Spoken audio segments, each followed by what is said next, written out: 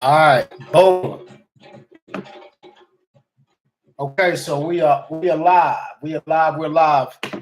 Um, all right. So welcome, folks. I appreciate your time. I appreciate your energy. Um, you know, follow, like, comment, do what you gotta do. Most importantly, I need y'all to pay attention. Now, for my folks right here on IG, welcome. I appreciate y'all. Amaka Earth, welcome back. Good to see you again. The wise one in town. Welcome. Haven't seen you before, but welcome, man. I hope you get something out of this. You know what I'm saying? And when I pan this way, I've got my Facebook. I've got not my Facebook. I got my YouTube. I got my YouTube live up. So that's why I'm trying to pan audiences. So So I just want you to know that when I'm looking this way, I'm talking to YouTube. When I'm looking this way, I'm talking to IG. All right. So that being said, man, like I said, I appreciate y'all's time. And what I wanted to do this week is I wanted to touch on a number of things. Most importantly, I wanted to touch on some of the posts that I had made this week via IG. Now, for the folks on YouTube, I don't know if y'all follow me on Instagram, but it's ZuluBoy405. If you don't, ZuluBoy405. If you don't follow me on IG, and my thing is this: what I like to do is I like to bring up things that most of us either think about or we don't think about. And so when I do that, I'm doing it because I want it to spark some kind of discussion within yourself in regards to what I'm talking about, right? Whether it's self-analyzing or you're analyzing the environment or society that you're within. But at the end of the day, it's something where you break it down internally. And so I figured it's only right that I kind of expand on whatever I'm talking about. I think it's only right. What's going on, Amber? Welcome, welcome. I feel like it's only right, you know what I'm saying, to kind of expand on the things that I'm touching on briefly on the IG. And then also somebody who was in my IG last week when I was doing this, just to let y'all know, it's every Sunday at 4 o'clock. I was a little late. I was a couple minutes late, but that's all right. I'm still here though.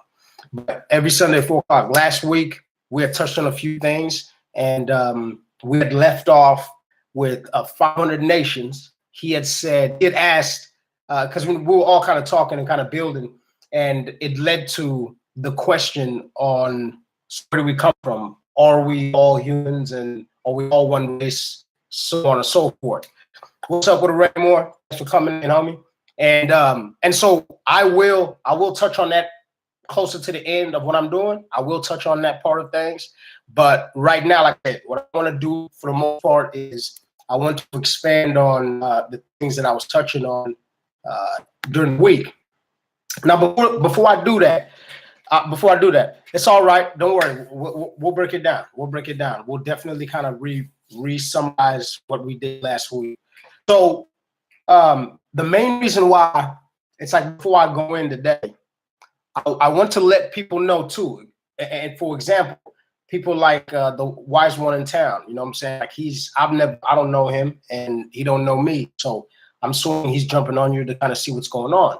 And so for people who don't know me, and also on my YouTube page, for people who don't know me, I feel like, it's like if you don't go into my videos, or if you don't tap into like what I've been doing, then obviously you don't understand my intent. But nevertheless, I don't mind reiterating why I do what I do and what my intentions are at the end of the day. I don't mind that at all, because I feel like it's imperative for us, especially in this day and age. Things can get lost in translation so quick. So I feel like it's imperative to constantly remind each other why we do what we do and for what reasons, so people can never lose that intention, right? So that being said, it's like when I was growing up, like anybody else, when you grow up, you don't know any better, right? You don't know any better. And to be honest, you shouldn't, because you're a kid. You should be innocent, you should be playing around and just learning the facts of life. And with that being said, like that's what I had for the most part growing up. And this is just testament to how good my parents were to me and my siblings, how good their parenting skills were, is that even when things were really tough and scary, like, you know what I'm saying, they made it where like, hey, we're gonna be all right. You know what I'm saying? Like I seen some crazy shit, like anybody else, but in those moments, I was so confident in you know, in words that my father and my mother would speak. I was so confident in how much influence they had in the world that I saw in front of me. You know, to me, I felt like, and I still feel like my dad is a Superman. He is a person that is, you know, he has superpowers for real. Like I still feel that way about my father. I'm 35 years old now, and I still feel that way about my pops. That he can do things that nobody can do, and he can say things, you know, and make things happen. And so when I would see crazy, let me give you a good example. I grew up in South Africa, you know what I'm saying? So Durban, South Africa is our Oklahoma City, so to speak. And so I remember one time in particular, we were taking my sister. She was going to a Catholic school that was in the city, and we were dropping her off. And I remember too, it was like a boarding school. It's like we'll drop her off on like a Sunday night, you know what I'm saying? And she'll stay there all week, and we'll pick her up like Friday or something. But anyway, we were dropping her off, and I remember too, it's like it was late, and we were in the city in Durban, and I remember when we were leaving, it was me and my pops, but we were leaving. We just dropped my sister off, and we were about to merge onto the highway. And so, you know, when you're about to merge onto the highway, it's like you're sitting on a bridge. You know what I'm saying? You sit on top of a bridge or some, you know, some sort of kind of like conjunction, right? But there's a bridge there, and there was, you know, there was like a couple of people walking.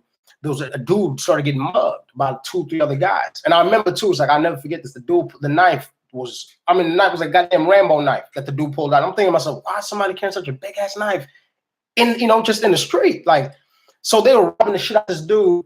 And I remember I looked at my dad and I said, Dad, do something. Like, cause like I said, I think my dad is one of those people. No, I think I know, I've seen him. Like, you know what I'm saying? So it's like, I'm like, go do some saving, like do something. And my pops was looking at me like, look, I can't, you know, and I started getting mad. And I was like, you just gonna let that man get hurt? Like, you go out there and do something, you know? Like, I'm a little kid and I'm pressuring, I'm going, go, please help this man. And so obviously my dad's going, this, you know, it's like my kid doesn't realize that if I go out there, these people are gonna mug us and kill and rob us too. So then the quickest thing my dad did was he jumped out the car, not all the way, started honking a horn, acting like he was gonna head their way, right? Like acting like, okay, I'm about to grab something and come help this dude. And so the dudes that were mugging him, they sensed that and left the dude alone, took off, you know, and grabbed whatever they could. So at that moment, like I said, like I went home and I slept like a baby. Like it didn't scare me. You know what I'm saying? Like I wasn't like, oh my God, that's wrong. Like that shit never happened. My dad used to check his car every morning for car bombs. Like every day. He would check his car every morning for car bombs. We would hear gunshots at my grandma's store in Shingway on the daily in the early 90s, in the way early 90s, late 80s, on the daily type shit. Like that, it wasn't a problem. There was taxi wars. The guys who drive taxis in South Africa, in my neighborhood, in my township, there would war over turf, for taxi turf, and it was straight up. They would lock down the neighborhood and have shootouts all day, all night. And it's like, I'm not saying those things weren't scary. They were, but like I said, is that I was so safe. I was so safe, and I was never worried, you know. And so for me is that through that, my father and my mother were still able to show me the good things, the beautiful things in life. Were able to spoil me and you know, and show me different people's cultures and foods, and we would travel. You know what I'm saying? So in the midst of all that, I still lived a really good life. But then while growing up, I always felt like everyone, like for example, the township I grew up in, and one thing is, that's the township I grew up in. You never saw white people. White people never came into our township, ever. And I thought it was everywhere. I thought, like, we don't go in theirs, they don't go in ours. That's just how it is. Like, and so there wasn't like a problem. And then when I started going to this Catholic school that was in a different town, it was kind of like an Edmond. It was called Pinetown. And I was going to this Catholic school there, and that's where it's like, you know, I started going to school like with white people and, you know, Indians and, you know, French people, Italians. We had nuns as teachers. You know what I'm saying? Like the teachers were straight out of it's Italy's and the Russians, and there were some tough people, and that's when I kind of started seeing a lot of diversity. And then I started making friends with white people. I started making friends with Indian people, all these different types of people. And not only, you know, I already ate their food. I had an Indian neighborhood right down the street from my township. I mean, not right down the street, but you know what I'm saying? It was like, I'm in Edmond. It's like north side on the city, you know. It was like a few miles, but boom, you go there, that's Indian town, Indian city. Like you have, you know, you get biryani, chutney, you know, like all of that. Samosas, you know what I'm saying? Like I grew up eating bunny chow. I grew up eating Indian food like all day. So so with all these different races of people, I started seeing that their lives were very different from mine. And then not only different, but different to the point where there was more privilege. I started seeing more privilege in their lives than mine. And I didn't understand why. I didn't understand why, because like I come from brilliant people. My parents have been educators, businessmen, businesswomen on both sides of the family. Both sides of my family, coincidentally enough, we own grocery stores in the neighborhoods we come from, in the neighborhoods we grew up in. We still have those grocery stores to this day. So, man, thank you, bro. I appreciate you. Right on. It's all good. You'll catch me next week. And I think these lives, they're up for another 24 hours or something. So thank you. I appreciate you. And you'll catch the replay. We'll be back next week anyway. Thank you, bro. And so, you know, it was one of those things where when I started seeing those differences and the differences where the differences favored them, that's when I couldn't draw any conclusion from it, but I started noticing them. For example, for us, when because of the days when I was growing up in South Africa was like, apartheid was still alive and well. If y'all don't know what apartheid is, you need to read up on it. Apartheid is basically the legal system that permitted racism. Straight, I mean, that's the best way I can put it. It was legal racism. It was like, it's legal for me not only not to like you, but you're supposed to be here, you're supposed to be doing this. And legally, if I catch you on my side of town without a pass, you know what I'm saying? Like, if I catch you kissing a white woman or, you know what I mean? Like, you go to jail or you get killed. It's that serious. And so it's like, if you don't go to white neighborhoods or white cities in South Africa you didn't go in there without a pass. Like, you pull up to Edmond, they'll stop you right there at Broadway Extension and Memorial and be like, what are you doing here? Okay, you're gonna see who on 33rd and Broadway? Okay, let's see that pass. And it's gonna say that person's name and their signature, and you go, and then they're gonna call and verify it with that person, with that white person. Hey, this person is coming in the neighborhood. Are you the one that invited them? Yes. Okay, just want to make sure. Boom. That's how it was. It was that serious. And like with kids, with us, it was one of those things where it was unfortunate because just like parents, you try to hide that from your kids, right? You try to hide things like that from your kids, but then they don't stay hidden. They can't help but resurface because of how the world is, how society has kind of, created these type of rules. So the reason why I'm telling you all this is because I started having a really good friend. His name was Christopher Maingard. Like super, super, super, super good dude. He was my first white friend, like legit first friend from a different race, different culture. And the word I was like, man, that's my dog. Like okay. Like I had a homie named Bruce. His name is Bruce? Something like that. I think it was Bruce. He was a dude, his family's from Scotland. And they had his dad had bought a castle, an old like Scottish castle, and they rebuilt it. And they lived right by my grandma's township in South Africa. It was kind of strange too. Like you rarely saw. There was always that one family, that one white family that could live by black people. You know what I'm saying? Like with no problem, and they were part of the family. So I remember I grew up with that kid. But Christopher Maingard was like, that was my best friend, like my first white boy best friend. I was like, damn, this is so weird. This guy's, we're just the same. We love soccer. You know what I mean? Like, and I don't know if he remembers this, but I remember the first time he invited me to his house. I remember the first time he invited me to his house, and I was like, I mean, obviously I was excited like anybody else would be. But then I remembered like the planning that went into effect when my parents and his parents had to orchestrate, you know, the sleepover, the slumber party that we were going to have. I don't know, I don't know on his side of things if he remembers all that. Like, but I remember my parents being very vigilant in the planning. Like, okay, so y'all are going to be where and who's going to be there? Because back in them days in South Africa, a black person just coming into a white neighborhood, it was a big deal. Like, for example, it's like a lot of times, like people had to tell their neighbors, like, "Hey, I'm gonna have a black kid in my like in my house playing with my kid." So just to let y'all know, like, don't freak out. You know what I'm saying? That's how serious it was. Like people had to like coordinate shit like that.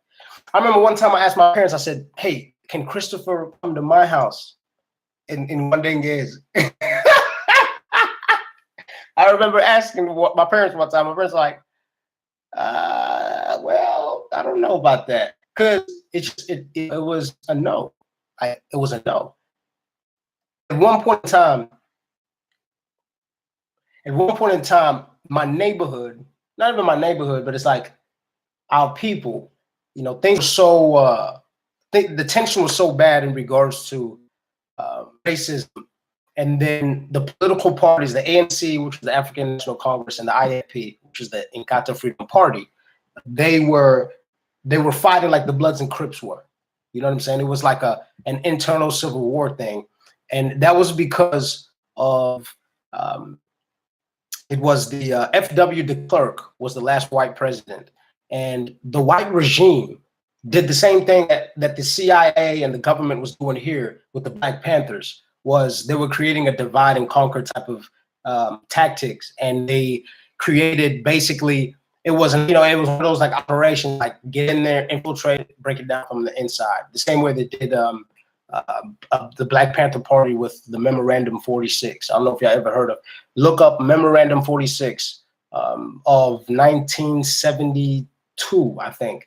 And this was basically it was a memorandum that was put together by the Secretary of Defense, which was basically saying why they need to infiltrate the Black Panther Party and any other organization of Black nationalists, domestic or foreign. So it was the same type of concept and tactics that was going on here, that was going on there, was that any type of group, organization of Black people who got together in regards to the favor and the independence of Black people, economic, academic, or otherwise, get in there, break it down.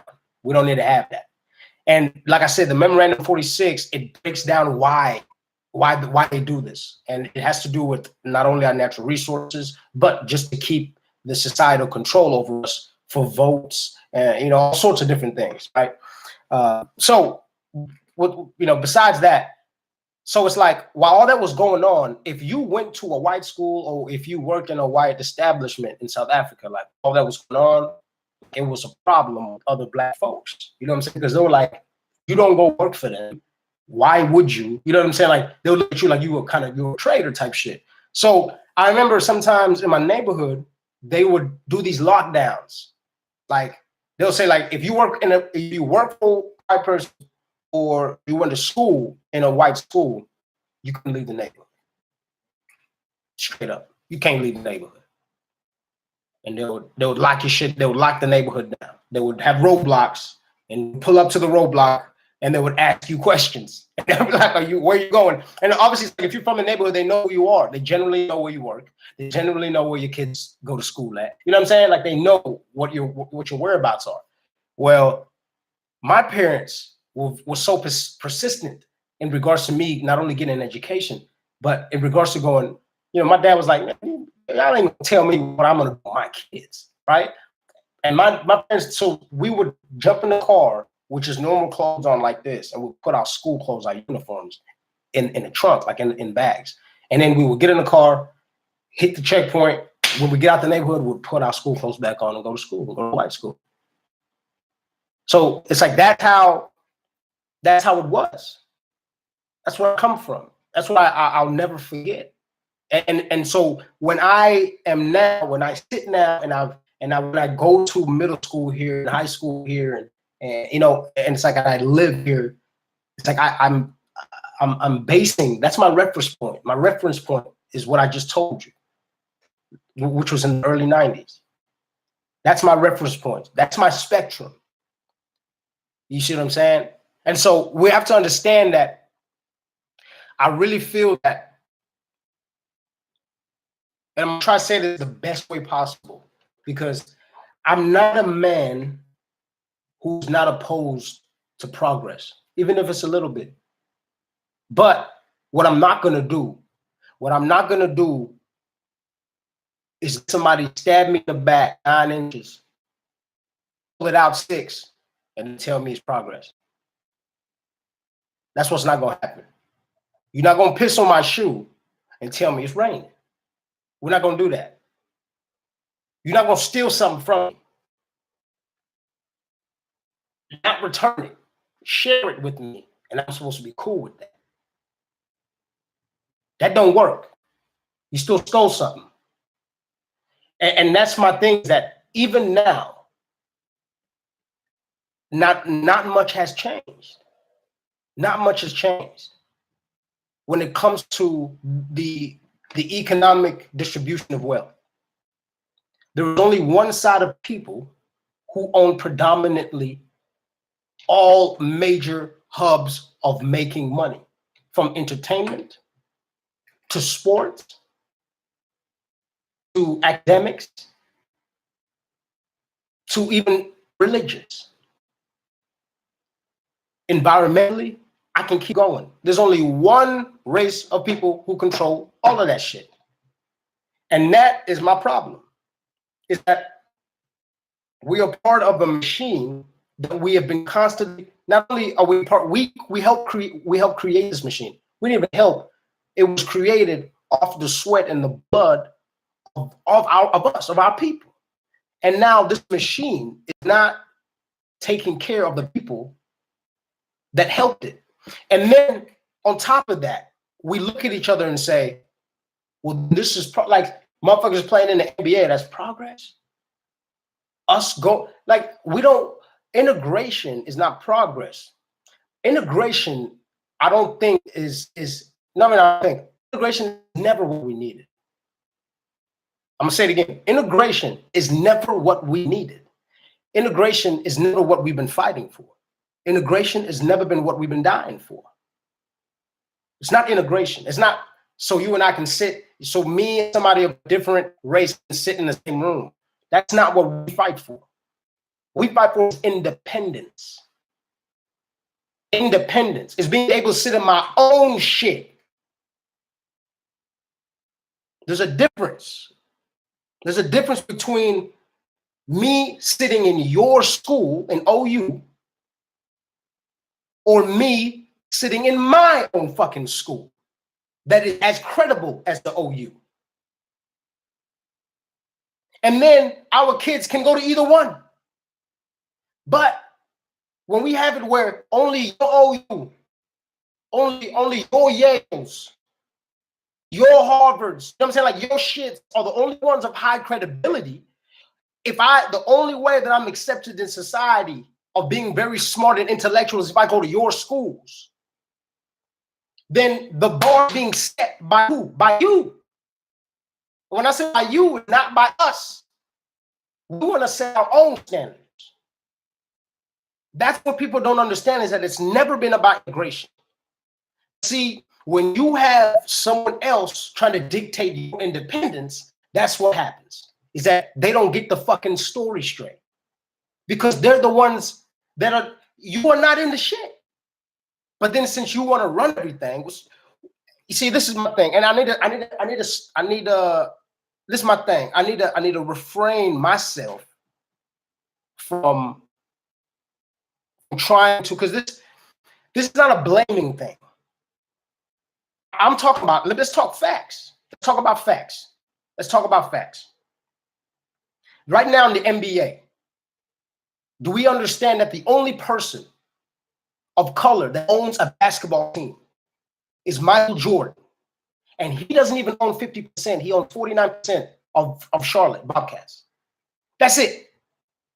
I'm going to say it again. The only dark-skinned black person who who's in the NBA owns a basketball team. He doesn't even own 50% of it. Is Michael Jordan. That's it.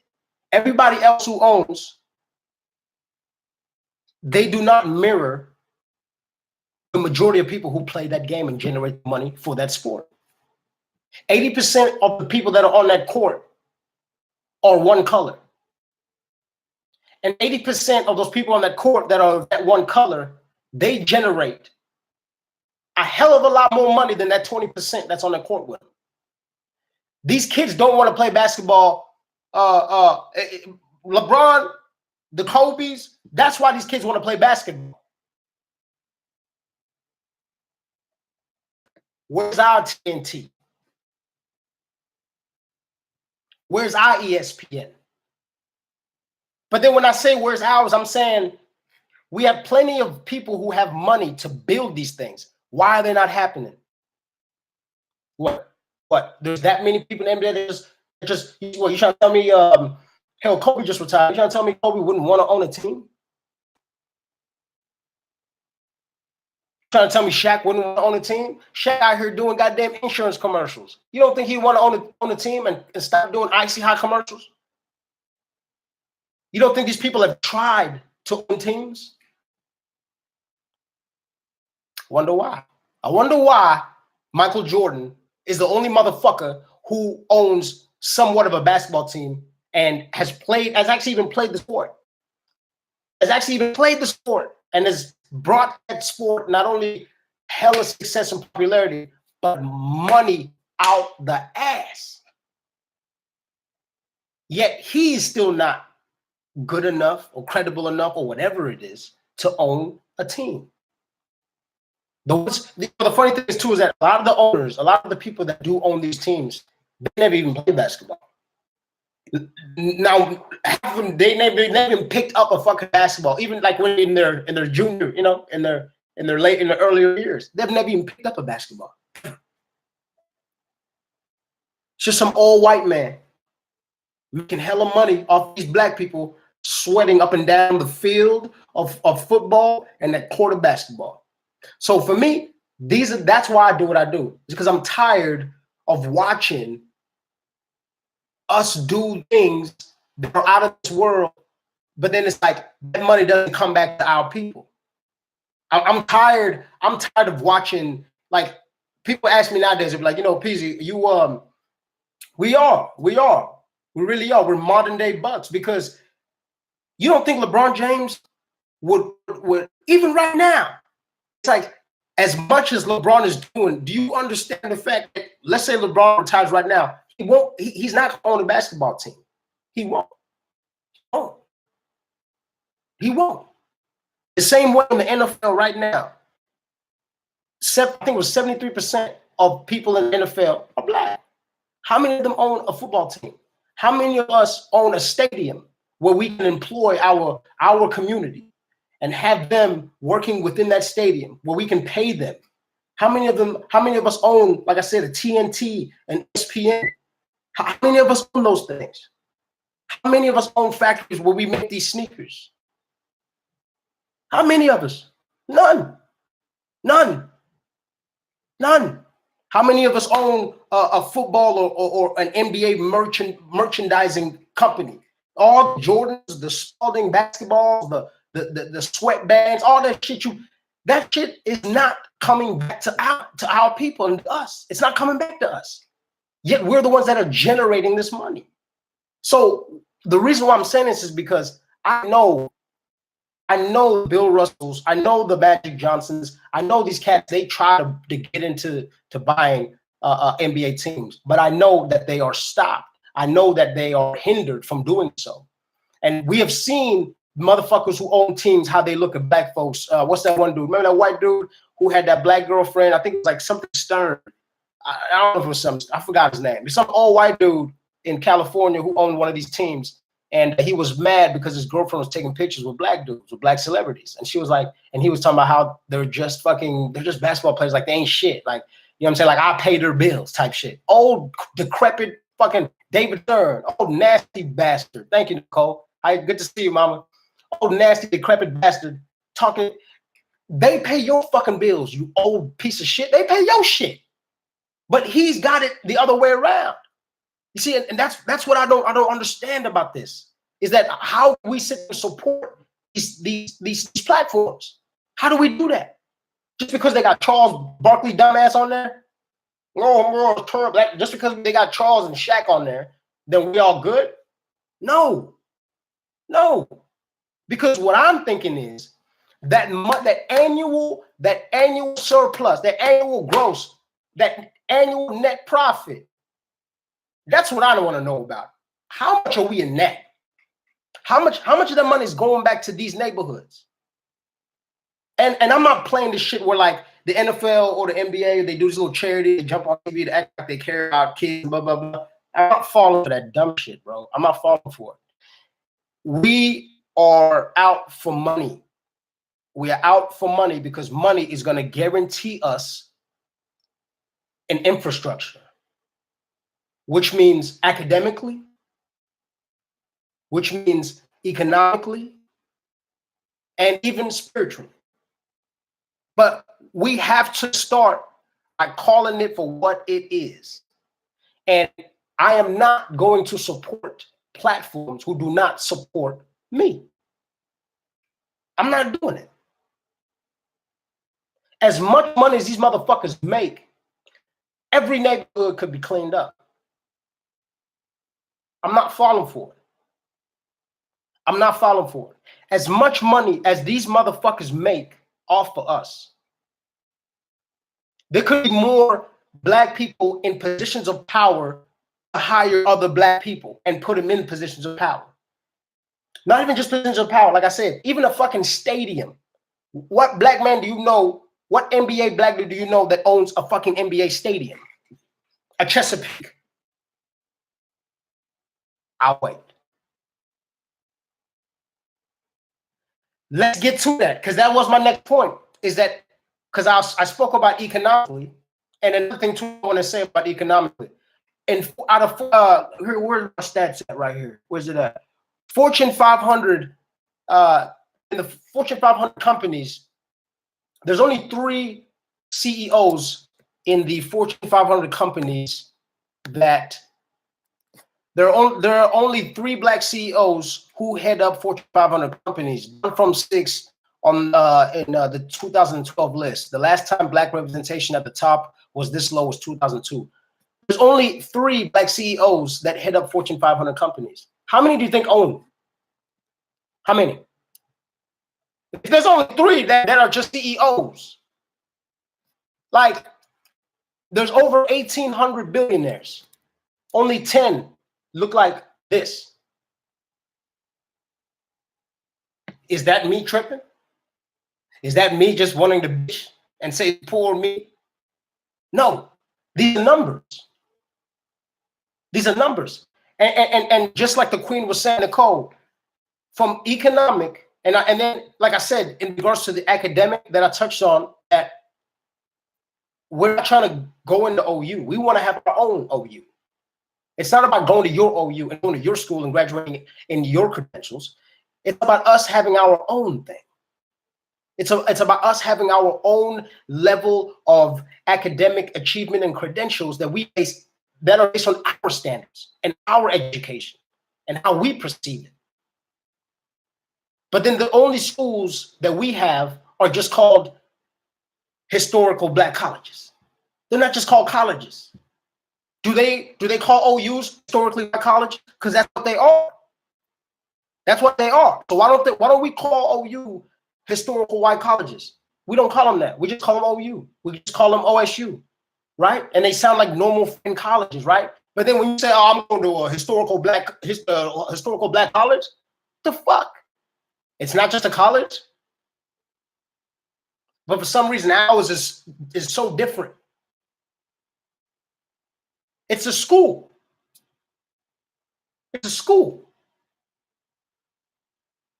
These are the things that I'm not just. This is the scoreboard I'm showing you. This is the scoreboard. If you say you go to Yale, people will salute you and want to kiss your ass. You tell them you went to Langston, they'll be like, oh. Time to the people. I mean, I'm saying that they look at you like that. Like it's not this level of achievement. Or if it is, it's not this academic level of achievement, unless you start talking about their schools. And most importantly, like the Queen said, was that spiritually, they have changed also. They have. Well, because their intent, you know, and that's the thing too. It's like they're trying to keep up with the OUs and OSUs, right? It's like a lot of historically Black colleges have even adopted these sororities and fraternities in the Greek concept of it. Like, what the fuck is y'all doing? But the only reason why they're doing that is because that's what's popping. That's what's popping in college life. You know what I'm saying? So they're trying to keep up. Man, don't call me, bro. Fuck is this? Man, fuck you calling me on my live, bro. Are we back? Can y'all see me?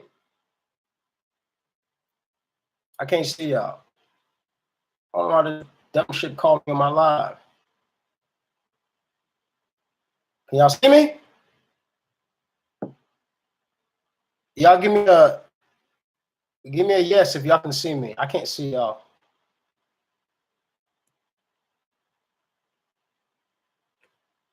Can y'all see me? Okay, well, I can't see y'all, but it's all right. Anyway, so yeah, I mean, I can see what y'all are saying though, but it's like I can't see myself. That's all right. I don't care.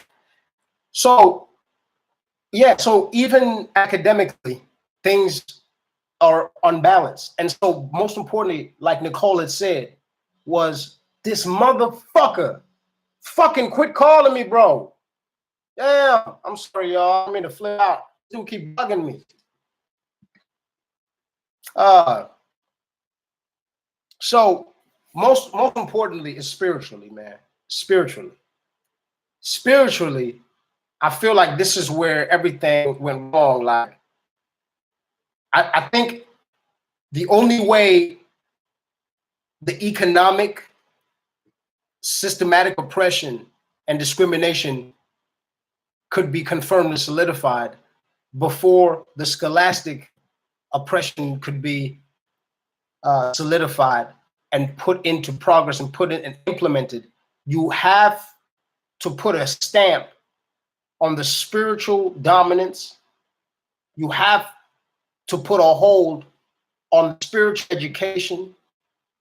You have to put a hold on any type of information that helps people in regards to learning more spiritually.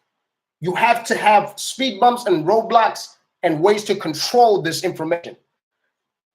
Let me give you a good example. At one point in time, when you stole something, they'll cut your hands off. That was to deter you from not stealing, right? They'll say, all right, well, then we'll take the very things that you use to steal. We'll take your fucking hands, right? Well, people kept stealing. People kept stealing. And then they would say, if you kill somebody, right, we'll kill you too. Eye for eye. Right? People kept stealing. People kept killing. But then when you start telling people that if you kill somebody, when you die, you will spend your eternity in a fiery, depth of sulfuric acid, and you will die and chill with this big horn looking devil. That's when people started listening. Is that when you started taking control of their spiritual outlook, which is the most important thing. I mean, that is the foundation of our very existence. And so when that was robbed, all these other things were able to happen. But to talk about today, to address it in regards to today, anything and everything that we know of in regards to Christianity, in regards to Islam, in regards to any faith that is not, that we have not learned organically, has been controlled by outside forces. Number one, let's not forget the fact that Black people were not allowed to read. Let's not forget the fact that a black person was killed, jailed, beat, sometimes to death, if they saw that motherfucker could read. Let's not forget that. Let's not forget the fact that that same Bible, let's not forget that that same Quran is the same book that permits slavery, the same book that encourages a slave to love his master the same way he loves his God. Let's not forget that. Let's not forget that part. That part. Can't forget that. That's the same book that the slave was reading while being whipped before or after by his master. That's the same book. Slave and master were reading out of the same book of spirituality. That's the fucking problem. That shit don't make sense to me. That shit don't make sense to me. It don't belong to somebody. One of the two. It belongs to one of the two. I cannot get any type of information from the same place my polar opposite gets their fucking information. Yeah, because they can keep that modified version because that's not our version because they pulled it from us. So my point is that the information that we have in regards to Christianity, which majority of black people are, it's not the information that we got and we learned organically and that we got from our people. It was information that was given to us. So that's telling you that there is room for discussion. There is reasonable doubt. Anything that does not come from your house or your people, you have to watch it and you have to look at it with skepticism. Why? Is because you don't know it to be fully true because it has no allegiance to you. It has no allegiance to you. That's why the only time, most of the time, people can get tricked, stuck, snubbed. Why? It's because of people that love them. They're the ones that usually turn on them. It's because somebody that loves you, because you have them, because they trust what you say. So my point is that the modern day Christian Bible has no allegiance to us. And so because of that fact, that's why you've never seen a black pope. Because of that fact, that's why you have never seen a black pope. It's 2018. It's 2018. The Catholic Church is the first Christian church ever. According to records, Jesus, right? He told Peter, build my church. You are my rock, build my church. I'll build my church on you. According to the records, Peter was the first pope. Right now, you can go look up on the internet and look up every single pope that came after Peter. Right now, you can go to the internet and look up every single pope that came after Peter. So the history of the church is documented. It's 2018. So it's been 2018 years. Now one black pope. Do we understand the majority of Christian followers are dark skinned? Do we understand that? We understand that majority of Islam followers are dark skinned. Then how the fuck do we have no say so in a religion where we are a majority too? As much money as the motherfucking Catholic Church has, and I'm not talking about just Christian churches, the Baptist churches, and this and that. As much money as the Catholic Church has, how much have they paid attention to the majority followers that constitute us as Catholics? Places like Brazil, the Argentinas, where it's third world to the core, they got favelas over there. You see the Pope pouring money over there? You see the Pope selling one of his gold amulets, those gold canes that are considered priceless? There is no, that's what I'm saying. In 2018 years, there has been no brown pope, no dark-skinned pope, when the majority of people who are Catholic are dark-skinned. How much sense does that make? How much sense does that make? As like I said, like Y'all understand that the Catholic Church has artifacts that are deemed priceless. Do you know why they're deemed priceless? It's because they are older than the majority of the shit we have, like documents. Older than it's like they're damn timeless. You can't even put a price on it. It's so valuable. They could trade one of them motherfuckers in to save a whole country. You see them doing that? No. No. But you see them sitting in gold thrones. I just spit all over the camera. But you see them sitting in gold thrones. You see them sitting in with gold chains on and gold canes. The goddamn them hats with the gold shit all over. That's what you see. That's what you see. So you don't see the spiritual platform that are supposed to represent their followers, and they're supposed to promote love and take care of the poor, love your neighbor, and they're not. But we don't want that smoke to go down, the atrocities they've committed and ignored. Absolutely, and including all that molestation shit too. You know what I'm saying? And they are. My point is that economically they could make a difference for a lot of people. But see, I'm not just saying give people money. That's not what I'm saying. I'm saying give people a chance to make money. Give people opportunities and resources to be able to do whatever they want to do. Even if it's like if somebody don't want to make money, they just want to go do, they want to learn something and then and be over here. That person should have the right to do so. And I feel that just because a place like USA is considered first world, right? But then if you go to South Africa, you go to Brazil, that's considered third world.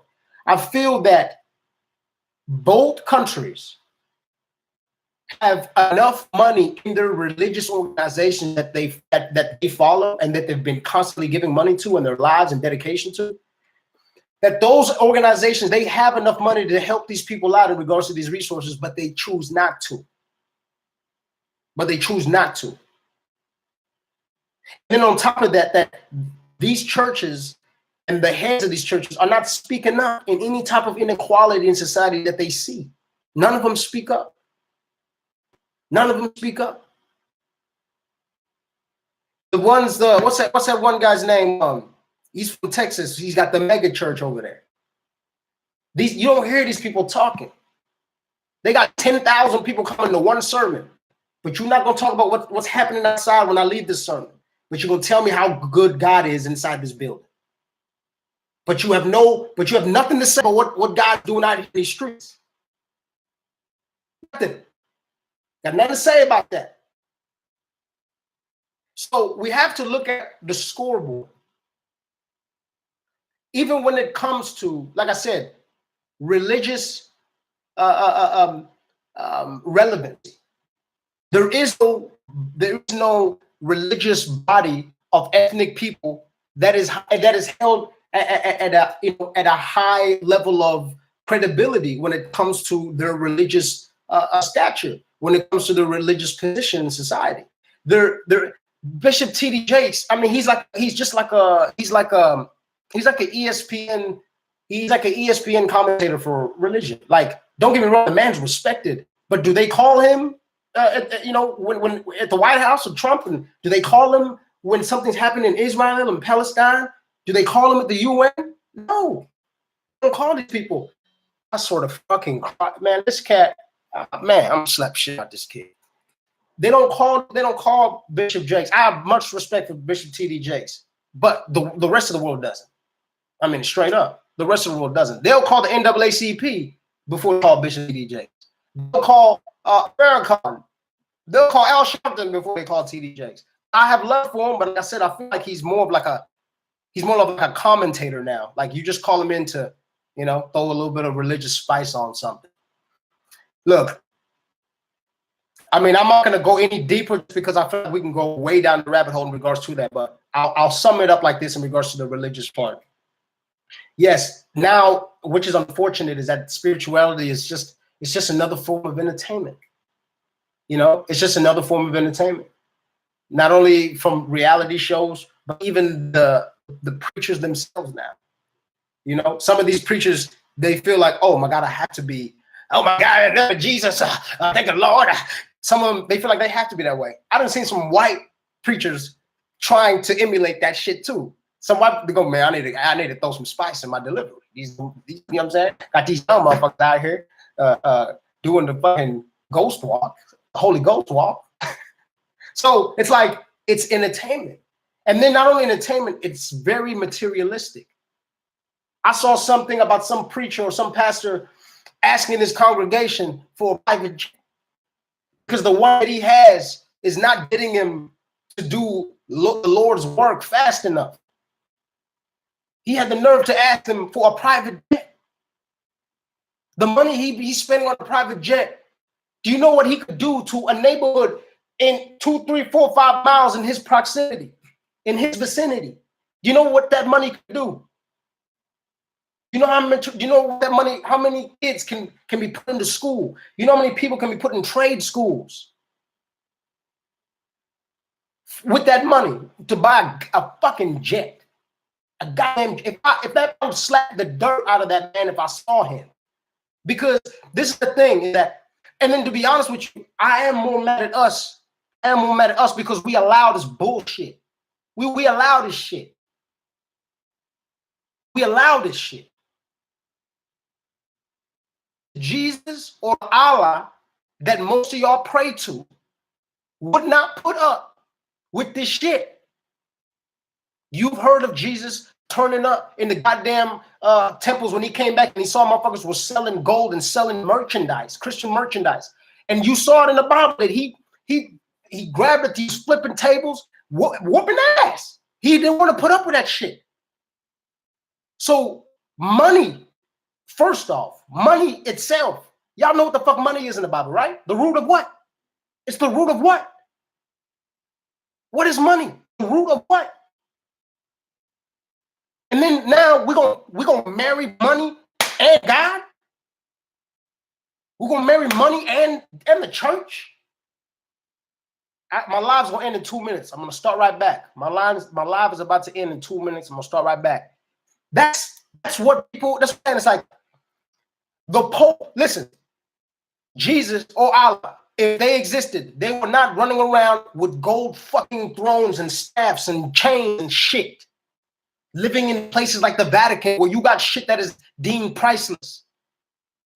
If your Allah or your Jesus existed, they were not running around with gold thrones and chains and shit. That wasn't happening. That wasn't happening. Why the fuck is it happening now? Why is some 90-year-old man wearing over $10 million worth of fucking jewelry in the name of God? What the fuck are you talking about? In the name of God. He wear more jewelry than a rapper. Mega churches, same, yeah. Wear more jewelry than a rapper. In the name of God. Get the fuck out of here. While my folks are praying to the same God, giving their last cent, their last penny to their preacher in their neighborhood, hoping that God is going to bless them. No, that money is going into that preacher's fucking pocket. And then it's going onto his wife's neck because he's going to buy her a necklace. Then he's going to buy her a necklace.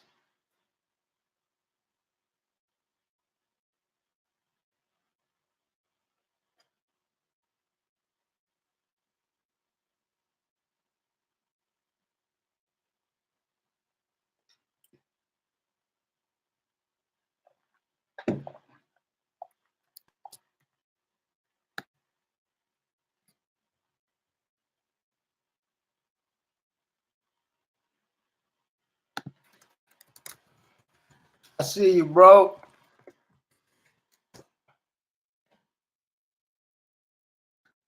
Y'all come in, y'all come on in. L Sweezy.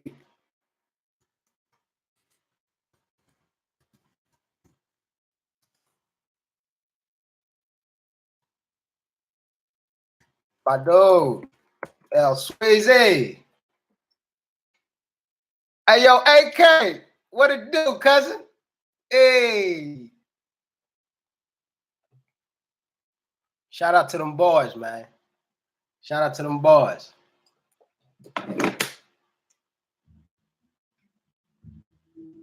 Shout out to them boys. Yeah, we back up in it. We back up in it.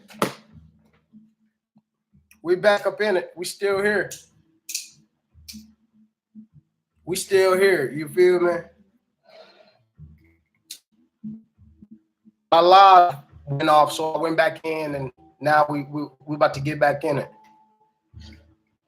Appreciate y'all, man, for real. I really appreciate the love. I appreciate the support. And we're gonna keep pushing, man. We're gonna keep pushing. Y'all coming in? Well, I'm gonna wait for some folks to come in.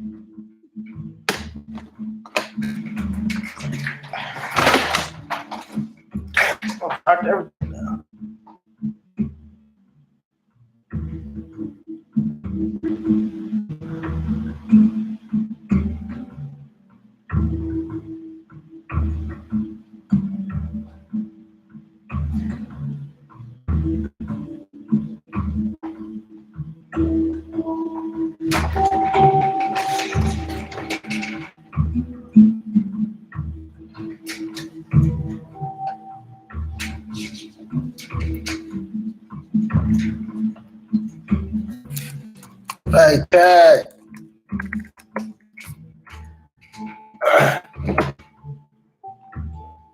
So I'm gonna get back to it. So,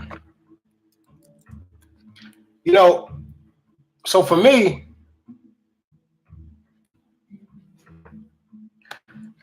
that's how I see it. There is a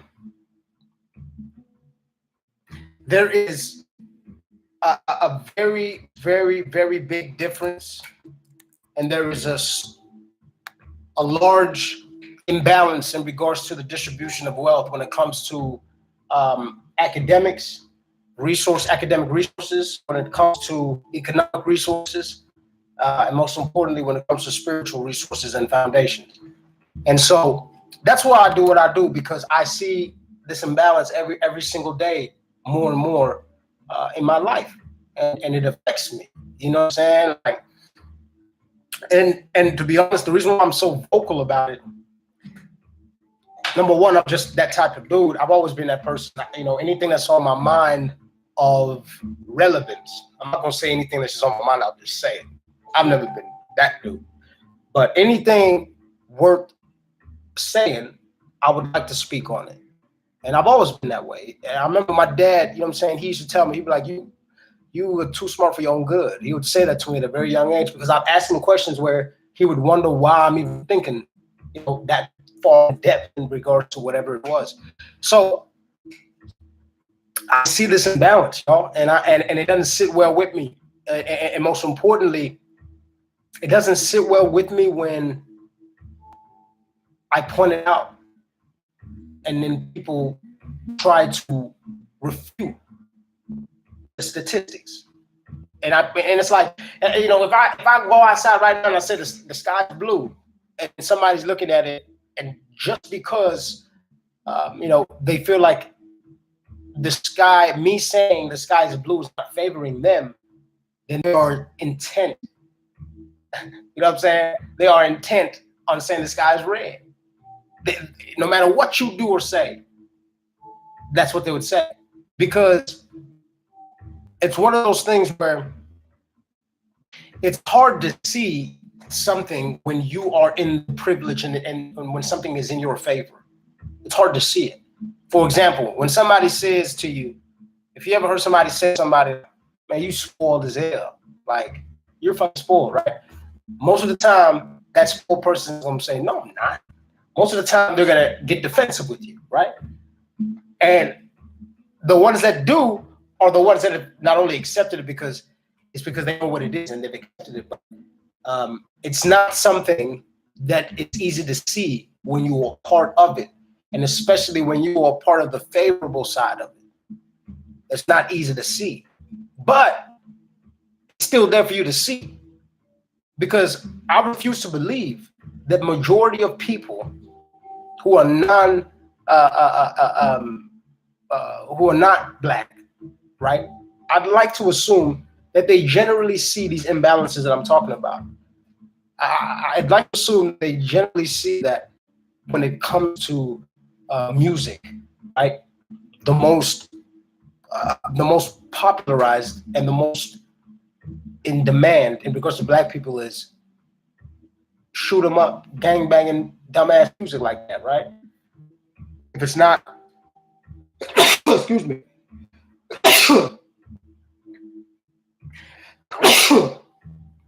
excuse me, it's not BB Winans or CC Winans, you know. It's not those super gospel ladies with them big voices that have $100 million contracts. No, it's not. You got to be like beyond. You got to be half naked. You got to be singing about, you know, fucking being naked. You got to be singing about your ass. You see what I'm saying? Like, that's what's wanted out of it. When it comes to sports, they want us on the courts. They want us on the fields, but they don't want us in the manager's office. They don't want us owning the stadium. They don't want us owning the ESPNs. When I say they don't want us to, it's because I refuse to believe that I refuse to believe that the Charles Barkleys, I refuse to believe that the Dr. J's, that the Kareem Abdul-Jabbars, I choose believe. That's why I always sing in karaoke. They call you crazy. Yo, I'm never singing karaoke again.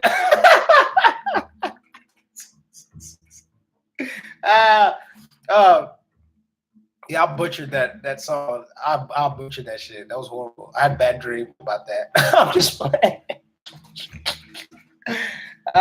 So, you know, so when I say they don't want us to, is because I'm saying that because I refuse to believe, like I said, the Charles Barkleys, the Patrick Ewings, I refuse to believe that all these guys did not want to be part of the NBA business in some form. You know what I mean? It's like I refuse to believe that there's no ex-black basketball player who wanted to own his own stadium like a Chesapeake, right? Like or run, like I said, or run like his own kind of TNT broadcast network. Like I refuse to believe that. And for me, that's why I'm saying I'm going. Then why is it Michael Jordan's the only one that owns any type of a basketball team, and he doesn't even own the whole thing? And he made fucking, like, without Michael Jordan, there wouldn't be no goddamn NBA. Or at least, you know what I'm saying? Like, you know what I'm saying? Like, there wouldn't be, that actually wouldn't exist. The NBA at that time, it was Jordan. It was Jordan. But instead, he only owns 49% of the Charlotte Bobcats. That's it. That's the most. That's. I feel like there is time and effort to put in to keep it that way. And then if we go to the NFL, it's the same situation there.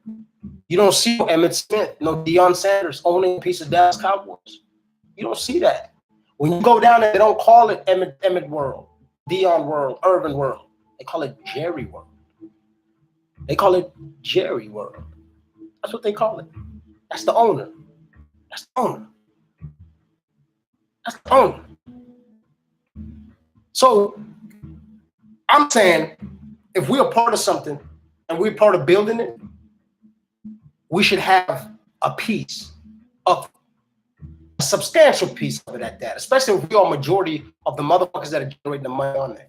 And if it's not so, then we have to understand that there are endeavors and there are certain means that are taken to keep it the way it is right now. Because like I said, I refuse to believe that all these ex-sports players don't want to own shit. I refuse to believe that. That's bullshit. That's bullshit. So these imbalances are why. And then most importantly, so look, I can't think of a hospital. Is there a hospital like an Integris, right? Or an OU? Is there a hospital that's ours, that we can call ours like that?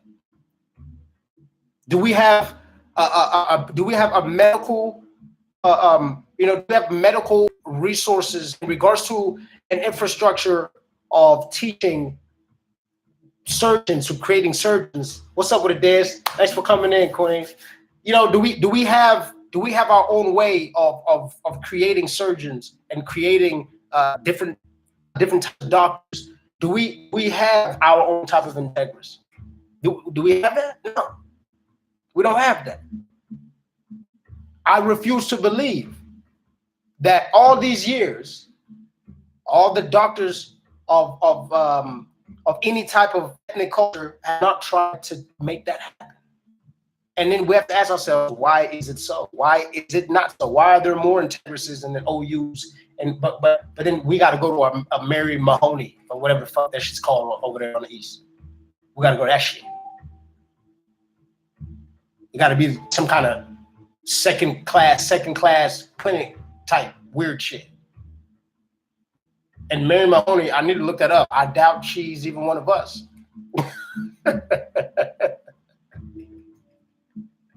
I doubt she's even one of us. So that's what I'm trying to say here, man. I'm just showing y'all the scoreboard. I'm just showing y'all the scoreboard that things aren't even. And then we also have to look at it like this too. For the longest time, I would ask myself, for example, at one point in time, basketball, black people weren't allowed to play. Shit, it is the best service I've ever gotten. They're good people. They're absolutely, that's where I go. They're good people. They take care of me. But like I said, not only is it perceived as second, I don't want to say second class, but it's like, I'm saying? It's like, it's the lower end of clinics and shit. It's like, that's kind of how it's looked at. Anytime I talk to somebody, they go, I got to go to Mary Mahoney. Like, they look at it like, yeah, if I had a better option, I'd go there. That, it's not like, oh yeah, I'm going to Mary Mahoney. Like, it's the spot. And that's how it needs to be. I feel like we need to have something, we need to have it in a bigger level. You know what I'm saying? Like, we need to have like a straight up Integris over there at Mary Mahoney. Whatever the fuck. That's what we need to have. And whoever Mary Mahoney is, like I said, if it's us, it needs to be us, and we need to expand on the resources. We need to create more resources for us, where it's our doctors, our blood, our genes, we're testing our people are testing our people. It's not the other way around. Mary Eliza Mahoney was the first African American to study and work as a professionally trained nurse in the United States, graduated in 1879. Beautiful. Thank you, Des. I need to look up about that. I wonder if she has any relatives that are still part of the medical field in regards to, because that's my thing, is that I want to figure out is how do we build that infrastructure? How do we need to get some committees together and then we start raising money and we build on something like Mary Mahoney that's existing right now? That's a beautiful thing. Thank you, Des. I appreciate that info. I want to look into that. I'm gonna look into that this week for sure. I appreciate that. So yeah, you know what I'm saying? Like, that's what we need. That's what we need. Like, I would love to have where if something happens to you, take me to Mary Mahoney because you know that they got you there.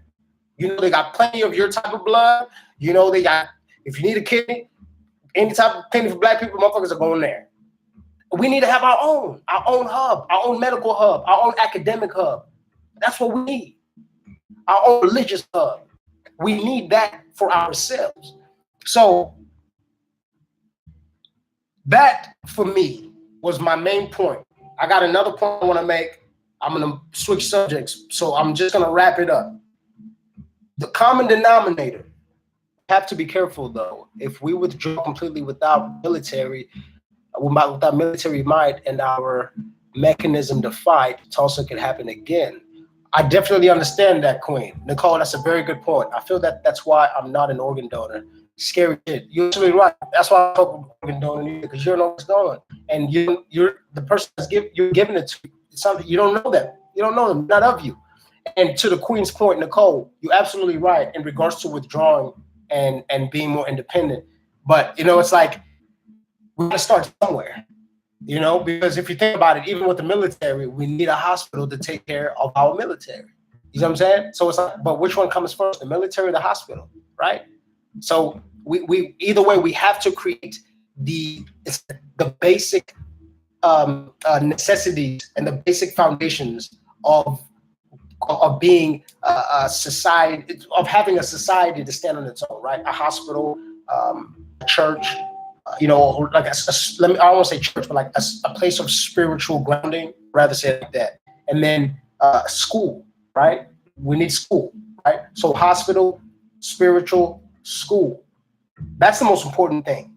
And military is like, military will come out of these things, and then military will be maintained out of these things. But you're absolutely right, because that has been the only way that a lot of the inconsistent things that I've been pointing out, the only way they have been kind of indoctrinated and shoved down our throats to where we have to accept them is that they would pull out the military. Things were militarized, you know. The truth is, we're not ready yet. We're absolutely not ready. We got to do the stuff underground while we build above.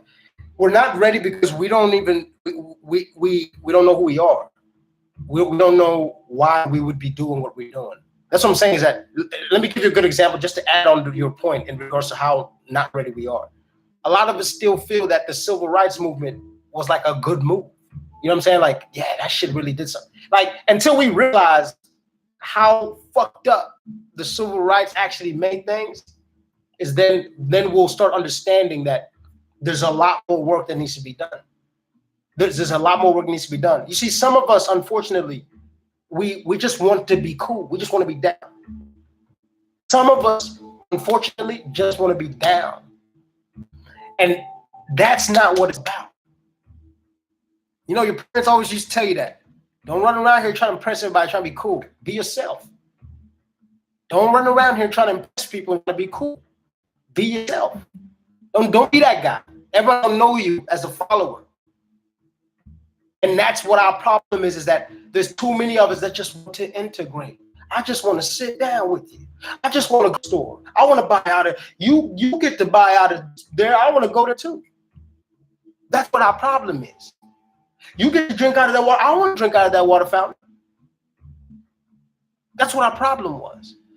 Whether we wanted that or the powers that be narrowed down our, you know, what we wanted to do back then to that, at the end of the day, that's what it was that at the end of the day, we just wanted to be where you guys are too.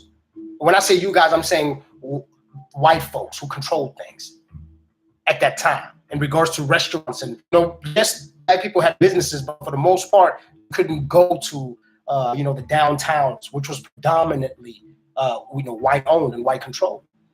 So until we get over this thing of we want what you have, or we want a piece of what you have, because we just want to be down, until we get over that, is then we'll start understanding what we need to get ready for and why we need to do it and what we need to do. Until we need to understand that we need to have our own. You can have your own too. And we can go to each other's spots. But me just always going to your shit. Me always going to your OU. I always got to go to your Chesapeake. I always got to watch your ESPN. That shit got to go. That's when that's integration for you. That's what you wanted. You wanted to play in the NBA? Well, now you're playing. Nobody said you can own no, motherfuckers. You want to come play in the NFL? Come on in. Nobody said you can own no, motherfuckers. You want to come in our movies and be in our fucking, you want to be a rapper? Come on in. Nobody said you can own shit. Is Jay-Z running a conglomerate? A music? Is Jay-Z running Sony? Is Sony Music conglomerate? Huh? Is Jay-Z running that shit? Huh? Puffy? L.A. Reid? Are they running that shit? Or are they just getting a check? They don't own the shit that their people, their culture is generating 100% of the fucking money. They don't own not a piece. You get a check. Get your check just like everybody else every 2 weeks, motherfucker. Mr. Jay-Z, Mr. L.A. Reid, whoever the fuck you want. You get a check. You don't write the check. Yet you are the one generating the money.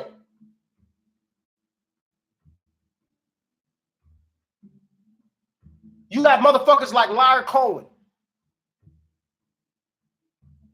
Ain't rapped a lick in their fucking life.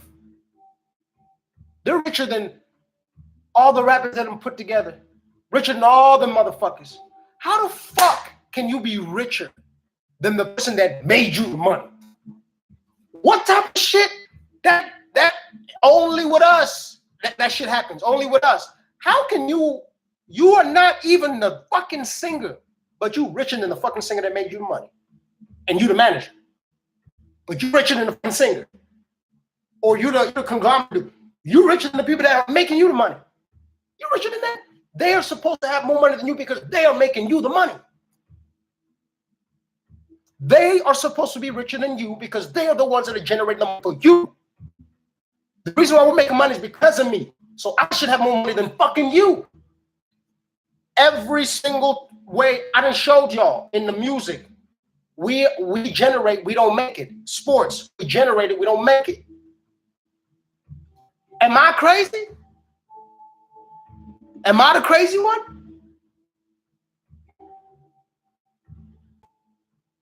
Jimmy Iovine get credit for Death Row. Straight up. Straight up. Look at Suge. And I'm not saying, poor Suge, but I'm saying that it could have been different for him if we had our own fucking Def Jam and our own Sony.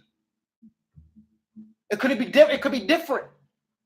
It could be different if we had an infrastructure where there was an organization that said, Suge, start fucking Suge. Hey, listen, bro, you need to calm down the street shit. Boom, we need this Fortune 500 shit. Boom. If we had structure, that shit wouldn't be happening. That shit wouldn't have happened. I remember growing up when I heard Master P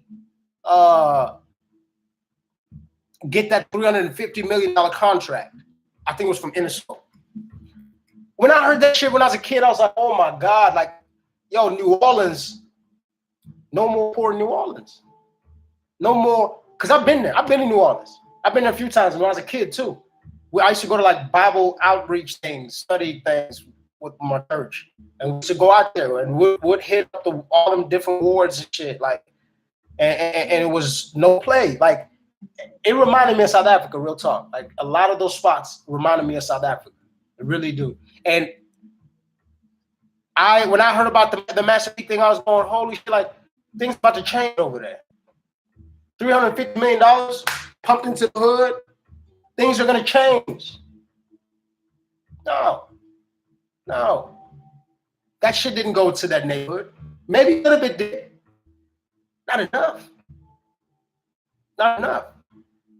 Because those guys were on the hook for $350 million. And then not only did they spend that money frivolously and did whatever the fuck they wanted, but there was no infrastructure for us going, let's create some kind of reinvesting system into the neighborhoods and the community, or whatever the fuck you want to do, where we are reinvesting into ourselves. And we turn that 350 million to 750 and then flip that and flip that. That, it's like Motown.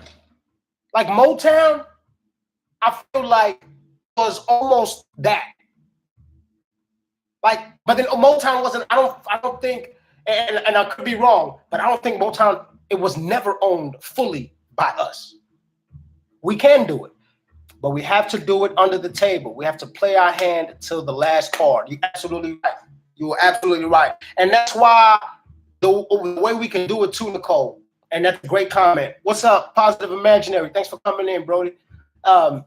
Didn't even know what hip hop was. Man, they still don't know what hip hop is. They just know that it sells like fucking hotcakes. They still don't know what it is. But back to your point, we can do it. We just have to do it under the table. It's not even necessarily under the table. Yes and no. I fully agree. Like, you're saying it, but when you say it under the table, it's like, let me try to twist that a little bit and correct me if I'm wrong, obviously. When you have your own establishments, you just close the door and you talk. You know what I'm saying? Like, let me put it to you like this. You know how OU had them, y'all saw OU a few years ago. They had them kids in the bus. Appreciate you, bro. They had them kids in the bus singing them racist songs. Hanging on the tree, like straight up. Like it was like a bus full of kids about to go to prom at OU, and they had this shit on camera. And they're talking about hang a nigga on the tree, and they're all singing and loving the song. You ask yourself, how the fuck did they learn that shit? At a place like OU, like, you know, there's some black people that obviously, how did they learn that? So I'm saying, like, that under the table shit, they just closed the door. They have a fraternity house and they shut the door and then they learn their songs. So that's what I'm saying, is that if we have our own establishment, our platforms, our hubs of academics, we can sit and have these conversations in privacy. It's not underground, nothing crazy. We're just talking because we're in our own place. We're in our own place. It's a safe place, and it's people of your likeness, and you're speaking about y'all's issues. But we don't have that. That's what I'm trying to say. Is like, if we have those places, we can do just that, Nicole. We can do just that. We can. It's not necessarily under the table, but it's like we just shut the door. You know, because under the table kind of gives it, I don't want to say a malicious tone, but it's almost like, you know, we have to do like private, you know, hide in caves and shit like that. You know what I'm saying? Like meet up at 2 o'clock, knock 3.5 times as a code. You know, it's like all we have to do is create our own establishment. We can shut the door and we talk. And we talk. If the goddamn Ku Klux Klan can still meet up, goddamn, we can meet up and do our own shit too. So we have to be able to come together and create infrastructures academically, economically, most importantly, spiritually. We have to. But just to put an end to this subject, and then we'll move on to the next one, I'm going to say one more thing just to close it out. The common denominator of all these different imbalances, the common denominator in regards to the efforts of the systematic discrimination or oppression in all these different platforms of society that are deemed necessary in every culture. The common denominator is white supremacy. There is only one race of people who own majority in every single one of these platforms. Check the scoreboard. I said earlier, there's over 1,800 billionaires. Only 10 of them look like me. Guess what the rest look like? And I'll tell you now, most of them are not goddamn Chinese. Check the scoreboard. They will. If they, Nicole says if they know about it, they will try to burn it down. It's sad, but it's true. They will, and they have. Like I said, it's like if we, let me give you a good example. We can hide in plain sight. You know what I'm saying? We hide in plain sight. That's how apartheid was brought down somewhat in South Africa. Was that it started being echoed through the whole world in regard to how white people are treating people of ethnic, diverse cultures. And they, you know what I'm saying, and they came to their lands. So when India, the rest of the world, and the other, you know, the Japans and other countries with military forces and other, when everybody started going, yo, the white people in South Africa are fucked up. That's when they start changing. Because they started seeing the whole world going, whoa, whoa, whoa, whoa, whoa, whoa. This shit ain't right. And then even America started putting sanctions on South Africa because America wanted to play that role going, well, look, we're going to have to step, you know, we're going to have to come in as the saviors and say, oh, fuck all this. This is not right. But at the same time, it's the same concept that was used in the 60s and 70s during the pre-civil rights and post.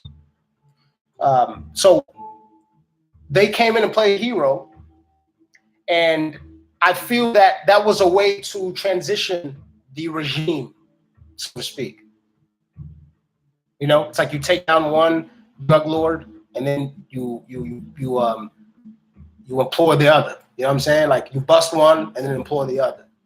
So I feel like it's the same tactic. So I feel that if we hide in plain sight, we go, this is what we're doing, world. If anybody fucks it up, you know did it. That's how we can do it. I feel like that's how we can do it. Okay, so like I said, and when I say that, folks, and when I say the common denominator is white supremacy, y'all have to understand I'm saying this. I'm not an idiot. I'm not generalizing on white people. I'm not saying all white people are this way. I'm not saying all white people are out to get black. I'm not saying that. Like, if you think so, you are a fucking idiot. You need to get the fuck out of my page. Because that is not what I'm saying. I'm going to say it to you too, YouTube channel and IG. If you think that I'm generalizing people that easy, bye. Like, get the fuck out of here. Because I'm not an idiot. I know it's not everybody. You see what I'm saying? Matter of fact, I'm gonna take this opportunity to shout out the people who are not black, who are not Mexican, who are not, you know, something or someone of color who has problems in society in regards to getting jobs, you know, in regards to finding resources. I thank the people who are sitting in a privilege, who understand what I'm talking about, and they afford those opportunities that they know they have to other people who can do it, right? Who deserve the opportunity. I'm not saying give it to them just because they're black. I'm saying give them an opportunity, just like any other fucking person. I appreciate, and I know y'all are out there because I wouldn't have gotten where I am. I wouldn't have gotten where I am without those white people in my life too, who understand, and they use that supremacy and that privilege against itself, against that system, against that machine. I appreciate them. And like I said, it's like, you have to understand, you can never paint anything with one brush. Class supremacy is the highest of the hierarchy. Well, I mean, you have to understand, it's not class, because you have to understand that it's not, if it was class, then we wouldn't just have 10 black billionaires. That's what I'm trying to say. It's like, that even when it comes to class, that class, there's a certain color of people. There's certain color of people. People are trying to, you know, it's like when people try to say it's just about money, understand there's 1,800 people at 1,800 billionaires, and then 10 of ours. Then who has the money? Who's got control of the money then? The 1,800 people that don't look like you. That's what I'm saying. So it's like class is definitely a thing, but we have to understand, number one, who invented that class thing. It's the same people who are the majority of these high supremacy classes, that, you know, these classes of people. Most of them, they're fucking white people. If they're not Arab, and not, I don't want to say Arab because Arab is not a people, but Middle Eastern, that's Caucasian to me. That's European. Those are Caucasian people. Them motherfuckers ain't black. They're not black. When people are, they don't even consider themselves black. They don't like black African American on the thing. Middle Eastern, they're Middle Eastern. They're white. When people are white. People are white. So, yes, money is a thing. Yes, it's about green. But we have to understand who has that green. Who has that green? Who is majority owner of that green? Who created it? Who created it? The person who created it the person who created it is going to own the most of it. Right? Right? I'm sure those black people owned slaves. Did more black people own slaves? No, white people did. Or the Middle Eastern people. Why? It's because they're the ones that created the slave trade.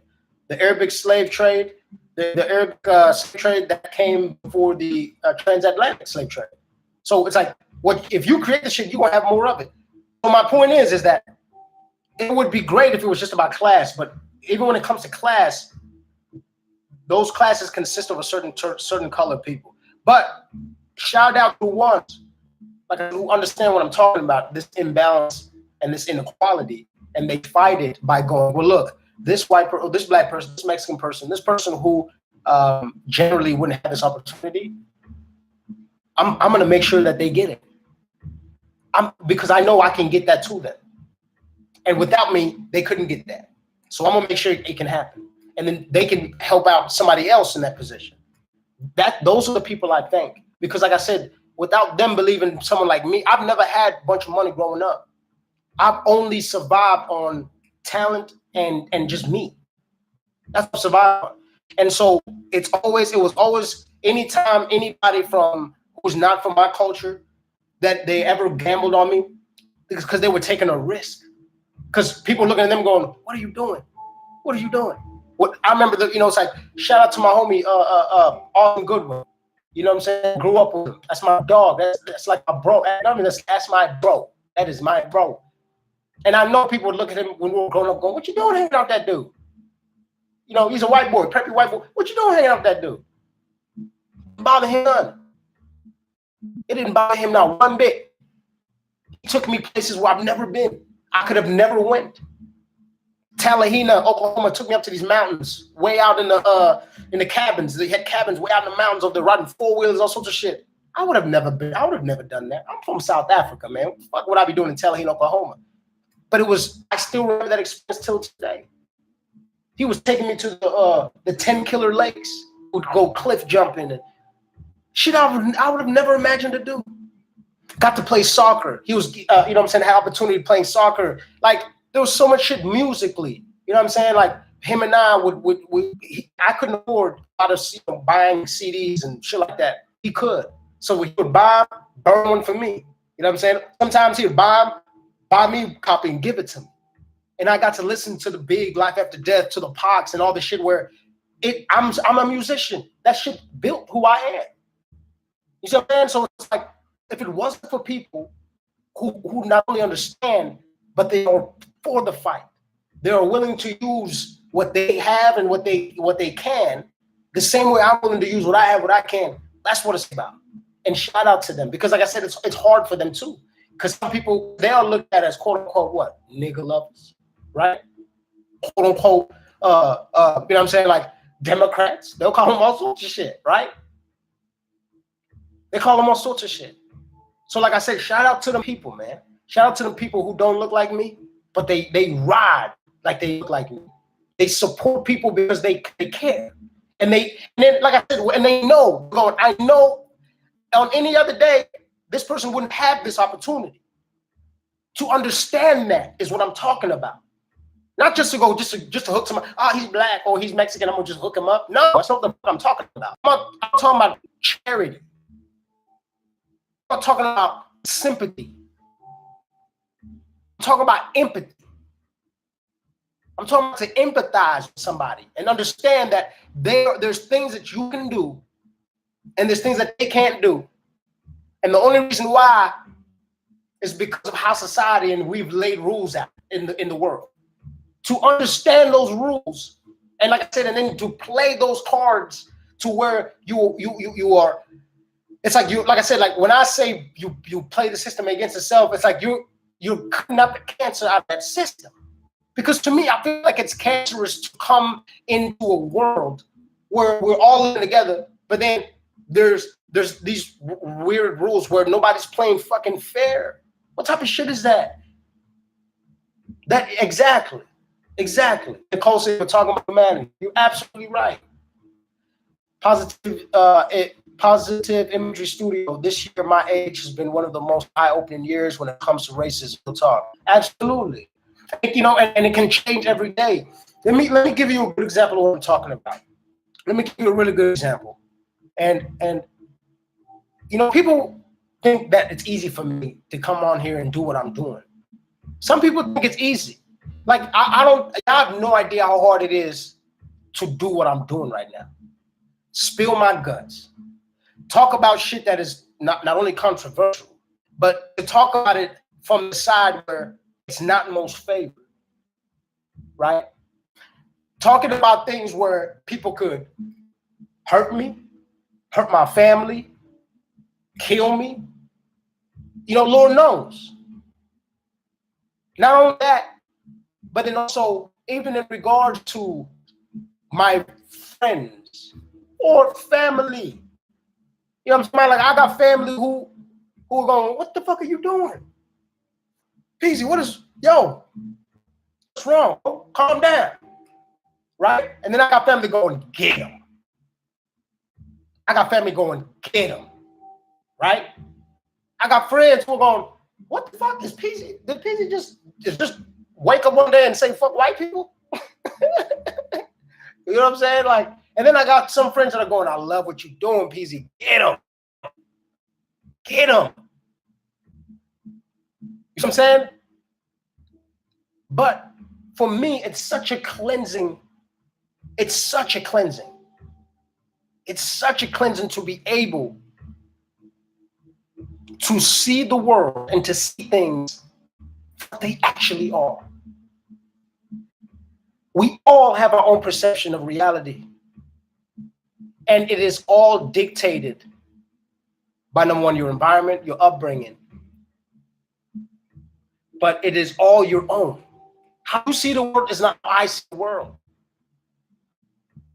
You know what I'm saying? How I feel about the world is not how you feel about the world. Some people are pissed off all the time. Can you imagine how the world looks to a person that's always mad? Some people are very emotional. Some people cry a lot. Could you imagine how the world looks like to somebody that cries a lot? I'm not saying it's bad. I'm just saying it's different. It's different. So when you get your bearings and you are spiritually calibrated, you start seeing things for what they actually are and not what you want them to be or what you were taught for them to, you know, for you to see them. You start seeing things for what they are. Nicole says, realizing you're not trying to bring other people down, you're trying to bring your people up. Absolutely. Absolutely. But see, it's like, it has to start.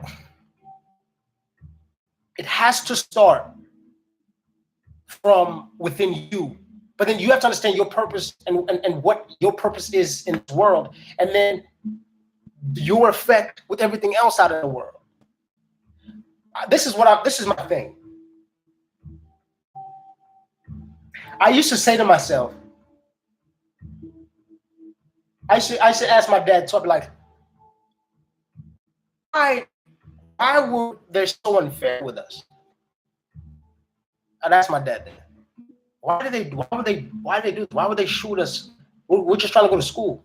I remember there would be school marches in South Africa. We'd have school, like kids would be protesting, we want to go to school. Black kids out there marching the streets, saying we want to go to school. Government, police out there get to shooting, just street sweeping out the kids, killing kids by the hundreds and thousands. Not 100,000, but the hundreds and thousands. Like, this happened all the time in the 90s growing up in South Africa. These kids getting shot, protesting because they want to go back to school. Like, that idea of even having that, like, to me, I'm going, what type of society where you would shoot at students because they want to go to school? It's when you know it's not even about that anymore. It's just now about how they are perceived.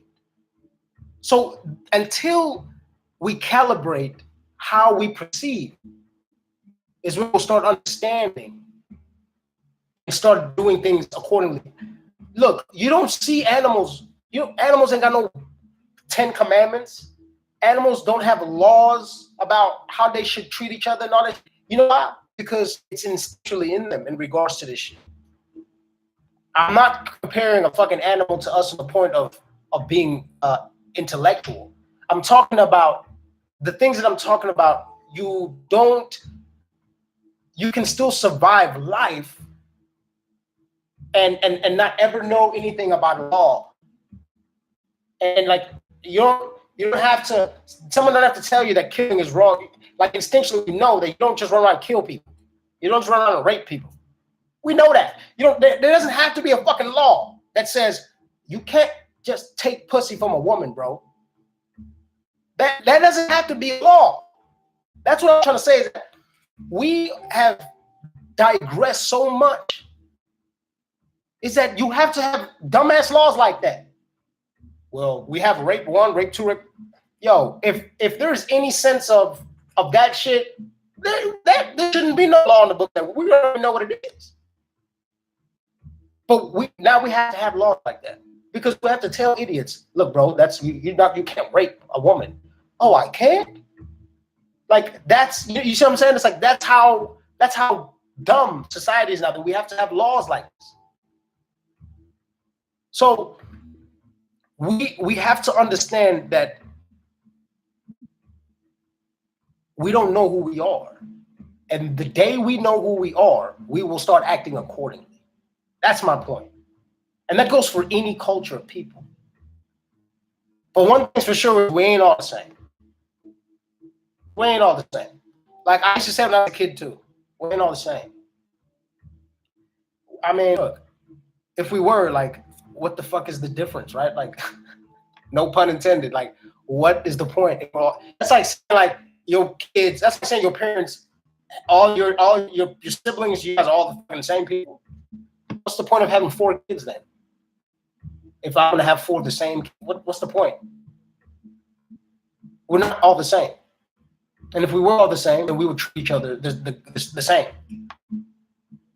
Diversity definitely matters. But see, and that's the thing, is that's unfortunate, is that, well, no, it's unfortunate. It matters, and it matters to the people who like it, and it matters to the ones who don't like it. I'm gonna make this one last point about this, and I'm gonna tell you, okay, I'm gonna make one point about this, and I'm gonna move on the subject. But diversity definitely matters on both ends of the aisle. Like I said, the one who wants diversity in regards to, society, diversity and integration, and independence within that diversity, I'd like to add. And then the person who doesn't want that, right? And the reason why I'm saying that is because y'all ask yourselves this.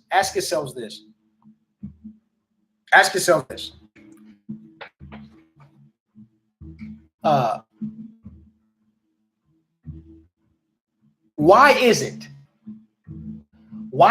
it that we had such issues in just open market in regards to everything, right?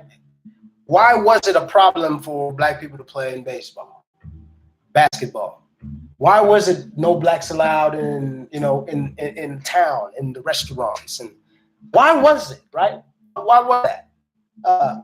And then why was, like, that no Black people were allowed to read and things like you ask yourself why, right? Now, obviously, I'm not the person who created those rules, nor do I look like anybody of that likeness. But at first, I just assumed that it would, not that they didn't want us to, but it's like, we weren't. I don't know. We weren't good enough. I don't know what the fuck it is. Like I started drilling my brain. Going, what is it that caused them to make it a point to say no Black people, or like in sports, they can't come play either. And so what I started realizing is that, Nicole just touched on it. It's because they knew how much diversity mattered. And it's the fact that that's why they were so insistent on not having this part of it, because they knew how much it mattered. Let me give you a good example. If you were not intimidated or worried somebody's going to beat your ass in a game, wouldn't you just let them play? If you didn't care if someone was smarter than you or not smarter than you, let's just say you thought the motherfucker was as dumb as a rock, why would you not let him in your school? If you didn't care somebody could play baseball or basketball better or not better than you, let's just say they were whack as fuck, why would you not want that motherfucker to play? Make you look great. Positive imaginary said it. Or he's asked me, is it fear? It's exactly right. It is fear, but it's not just fear. It's what Nicole said. It's understanding how much diversity actually matters.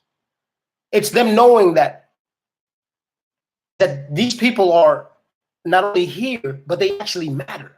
So I'm going to make it a point to not include them. because diversity actually matters. That's why there are rules that have them at an handicap. That's why there were rules to make sure that you don't win. It's because diversity matters. That's why rules had to be set in place to make sure that you don't make that. Like, no. Motherfucker can't play. Nope. We don't want him here. Why? Because what? Look, man, we just don't want the motherfucker here.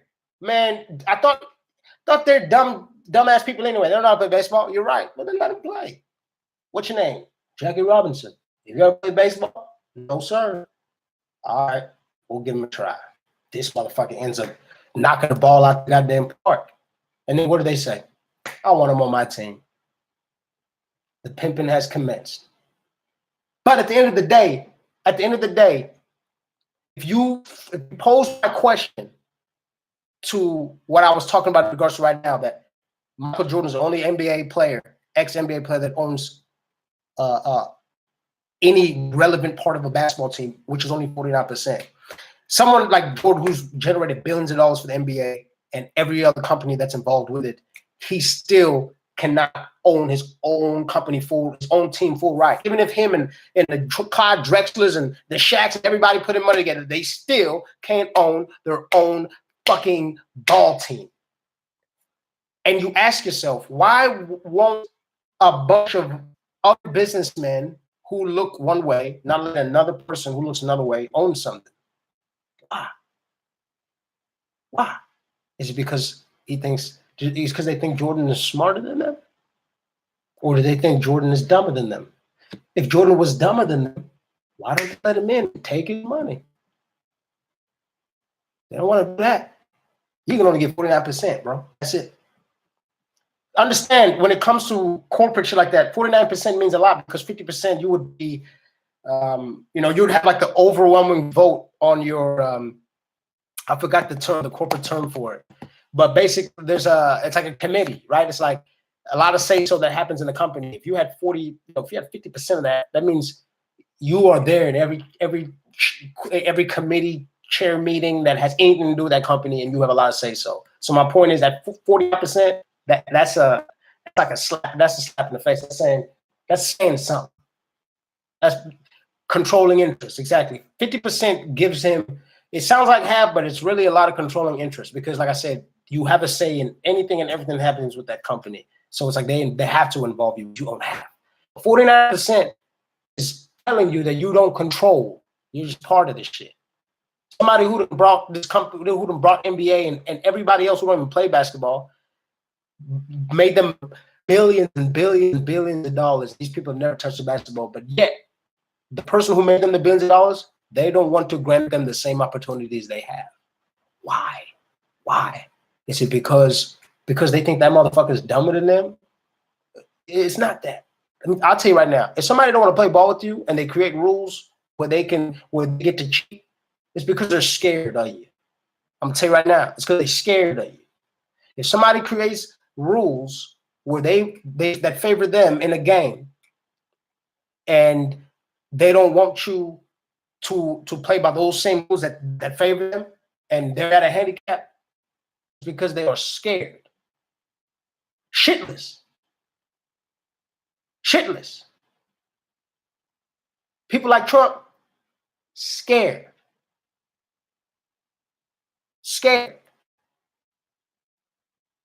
They're trembling.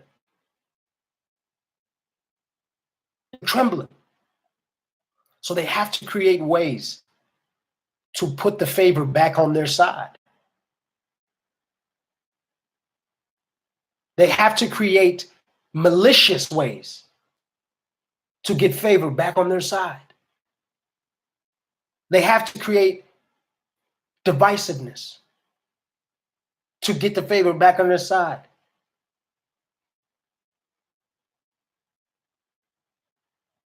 They have to create a stigma of negativity. Stoke that fire of argument, right? Stoke that fire of disrespect, right? Nicole says positive imagery. It is fear of loss. fear that we will be like they have been. In a sense, yeah, I can see that. I can see that. I can definitely see that. I can definitely see that. Amongst other things, but I can definitely see that. Yeah, yeah, because it's like a lot of times the murderer, you said, he know how he gonna go, but that's what he's most worried about is he's worried about who gonna do him the same way. You know, that's the thing. It's like if you steal, that's your biggest fear is getting jacked damn self, right? You know what I'm saying? Like, so it's definitely true. And that's a guilty conscience. Like if we break that down, Nicole, isn't it like that's if somebody's always worried about something being done to them that same way, it's like why are you doing it and why are you worried about it, right? Because if you weren't doing shit like that, you wouldn't be worried about shit like that. You know? And to be honest with you too, you know, the controlling majority of Western civilization, they have definitely had chances to fix this outlook and to fix this fear, right? To adjust it in regards to who we are. Let me give you a good example.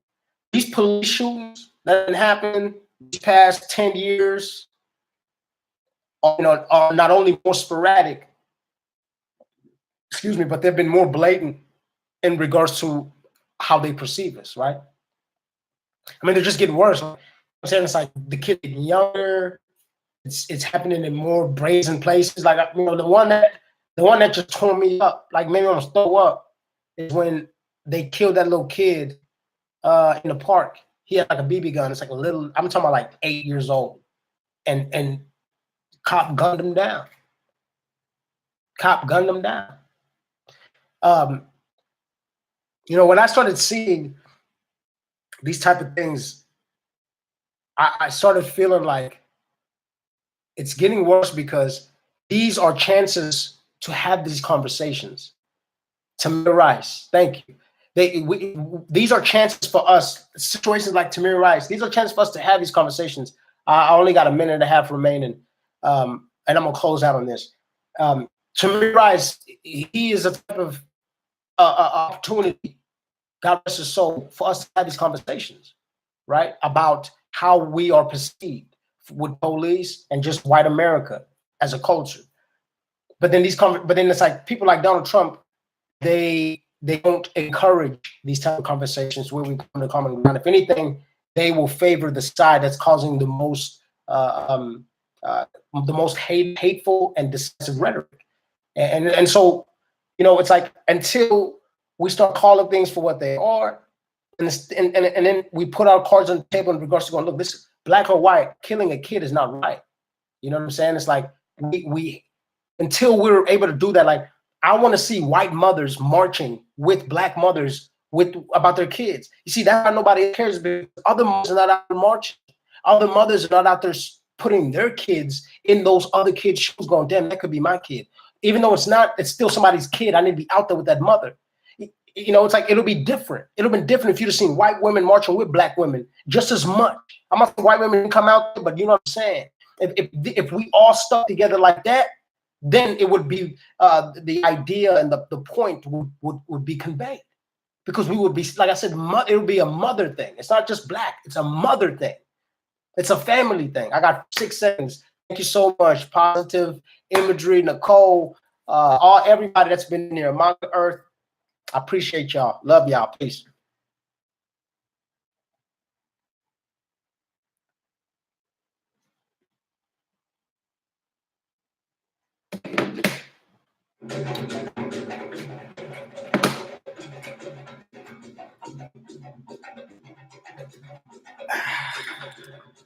Fuck, back hurts. Hey, thanks, man. I appreciate y'all. I'm back.